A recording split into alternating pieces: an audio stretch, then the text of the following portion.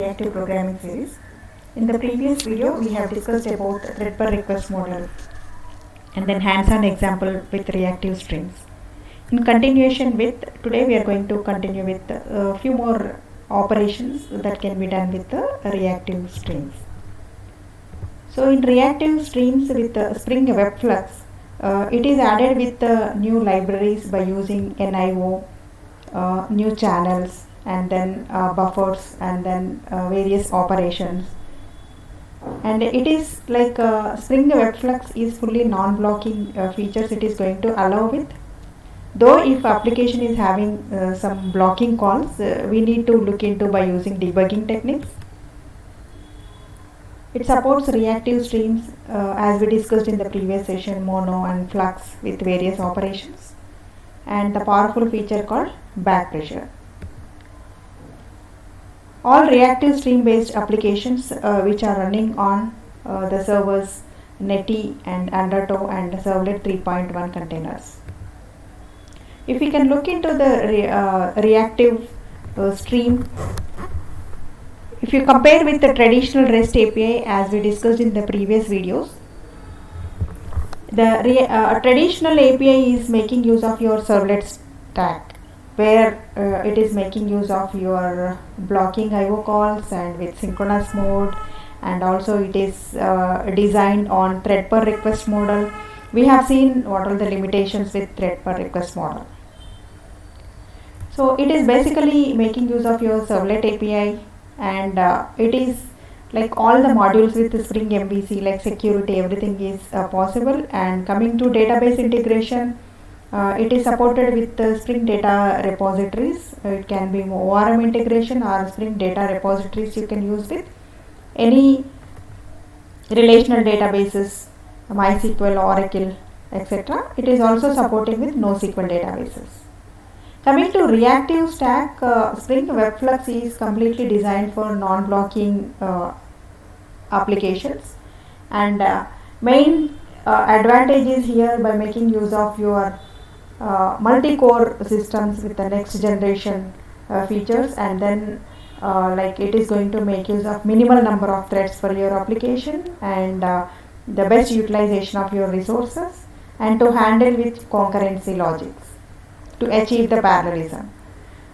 So it is built on top of your Spring MVC with new reactive streams and reactive adapters, and by using your Spring Webflux, it is internally making use of your thread schedulers by dividing your threads into reactive streams by handling a thread group for handling incoming request to the application, and the remaining set of threads to handle with the application logics. So Spring Webflux applications are basically integrated with the reactive repositories, which is mainly supporting NoSQL databases like Mongo, Cassandra, and Redis, Couchbase. So in Spring Webflux, it is supported with NIO features and then asynchronous programming. So using this NIO, we are going to create with like subscriber and then the multiple subscribers, and provide it with parallelism to the application. And it is supported with NoSQL databases. So here, as the request is landed to your application, your servlet container is going to handle with by using your non-blocking drivers to your application.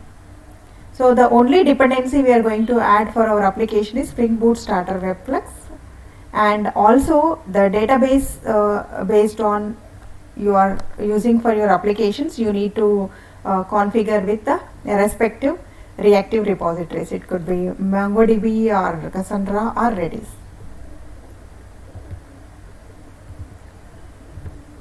In Spring Flux web applications, most of the time like we are going to use with the event loop mechanism.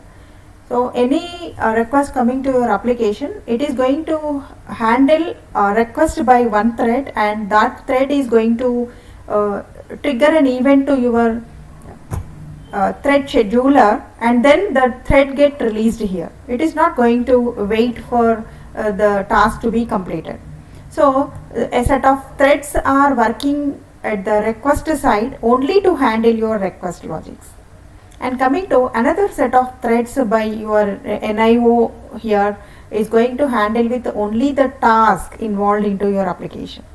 So that is how the number of threads here in your event loop mechanism is divided into two groups. We will be discussing about the type of the threads we are going to use with, and how many ways we can make use of that internal threads, whether it is a sequential task processing or whether it is a parallel task processing, we are going to discuss with.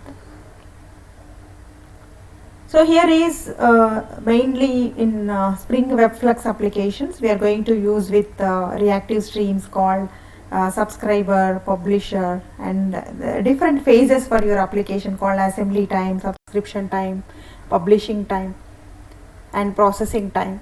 So that we will be discussing in our future sessions. And always into reactive applications, we are talking about streaming data. As the data is getting subscribed by your application, so database is going to generate the values continuously, and your application has to produce the data continuously, for which we need an open connection at the subscriber side, and it has to be kept open as your streamed data is getting displayed to the client. So such a connection we can maintain by using WebSockets. Similarly, in the other direction, when there is any streaming data coming from the client needs to be updated into your application. So again we need a connection here in another direction to accept the incoming streamed values and to be submitted into your database. So that is how we need a live connection to have the streamed values, either producing your streamed values or consuming your streamed values. In continuation with this slide, just we will be looking into few hands-on examples.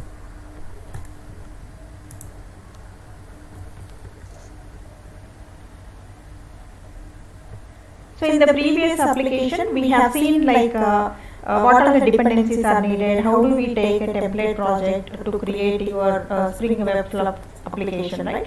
Today we are going to look into a few operations we can do with the reactive streams called Flux and Mono into Spring Web Flux applications. Let us practice with a few more operations. In the previous hands-on example, we have just seen like how do we create a flux and how to subscribe the values. Today we are going to practice with a few more operations that can be done with. First operation we will be practicing with buffer operation. As it is going to subscribe the data coming from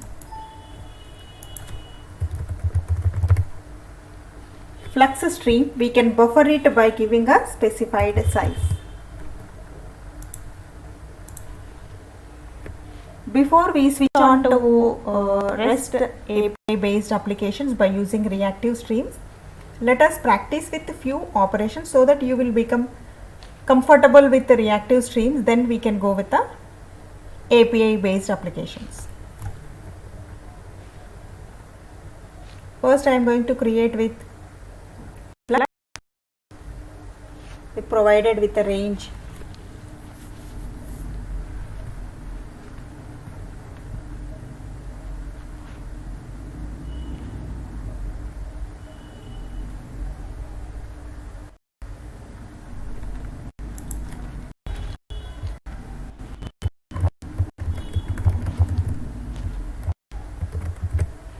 Let us say I am creating a flux of a range from 1 to 20, means it is going to create a stream of 1 to 20 values, where if we subscribe immediately and if we start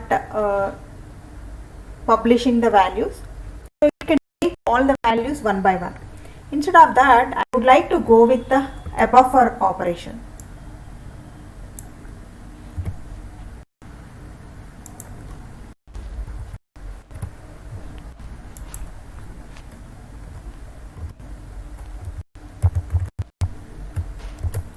buffer of 5 at a time I wanted to then subscribe off.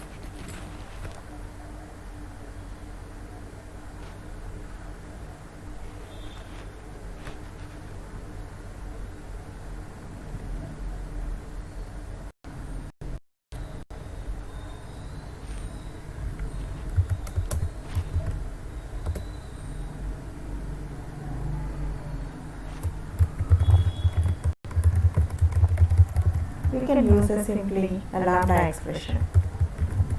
So what are the different events can be generated by your streams? We can look into next examples.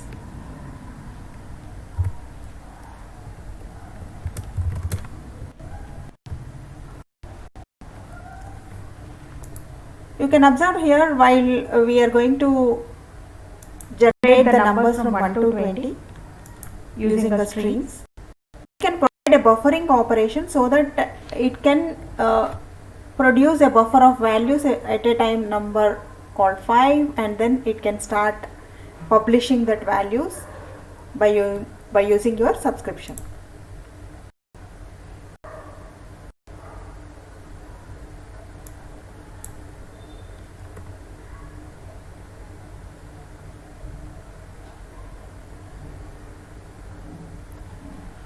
Now if you would like to, let us say there are the numbers 1 to 20, right? Now because of buffer, so it is going to generate a stream of values 5 at a time.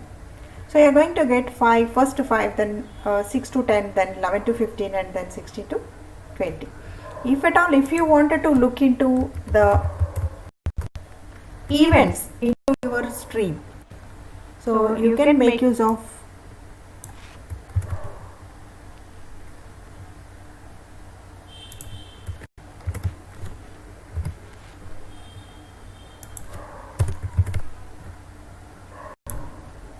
so that you can observe that various events triggered by your event streams. See here, as soon as you start with your flux, it is going to subscribe to the subscriber. Then the request is bounded between your publisher and the subscriber. Next is the event called on next. Whenever the subscriber started emitting your elements, now it is going to trigger your on next method.